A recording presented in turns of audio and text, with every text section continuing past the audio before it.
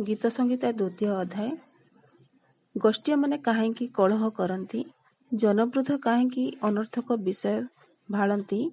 ସଦାପ୍ରଭୁଙ୍କ ବିରୁଦ୍ଧରେ ଓ ତାହାଙ୍କ ଅଭିଷିକ୍ତ ବ୍ୟକ୍ତିଙ୍କ ବିରୁଦ୍ଧରେ ଭୂପତିଗଣ ଠିଆ ହୁଅନ୍ତି ଓ ଶାସକ କର୍ତ୍ତୃଗଣ ଏକତ୍ର ମନ୍ତ୍ରଣା କରନ୍ତି।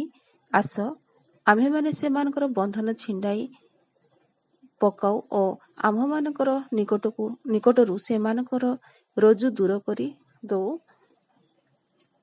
ଯେ ସ୍ୱର୍ଗରେ ଉପବିଷ୍ଟ ସେ ହସିବେ, ପ୍ରଭୁ ସେମାନଙ୍କୁ ପରିହାସ କରିବେ।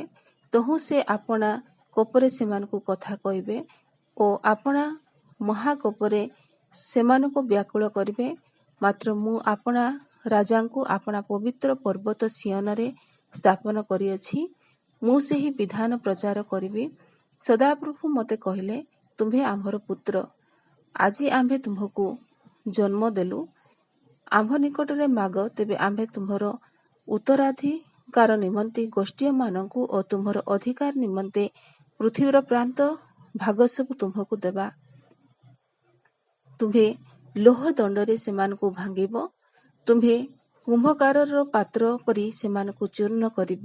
ଏ ହେତୁ ହେ ରାଜଗଣ, ତୁମ୍ଭେମାନେ ଏବେ ଜ୍ଞାନବାନ ହୁଅ। ହେ ପୃଥିବୀର ବିଚାର କର୍ତ୍ତୃଗଣ, ତୁମ୍ଭେମାନେ ଶିକ୍ଷା ଗ୍ରହଣ କର। ଭୟରେ ସଦାପ୍ରଭୁଙ୍କର ସେବା କର ଓ କମ୍ପିତ ହୋଇ ଉଲ୍ଲାସ କର। ପୁତ୍ରଙ୍କୁ ଚୁମ୍ବନ କର, ନହେଲେ ସେ କ୍ରୁଦ୍ଧ ହେବେ ଓ ତୁମ୍ଭେମାନେ ପଥର ବିନଷ୍ଟ ହବ।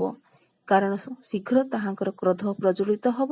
ଯେଉଁମାନେ ତାହାଙ୍କର ଶରଣ ନିଅନ୍ତି ସେ ସମସ୍ତେ ଧନ୍ୟ।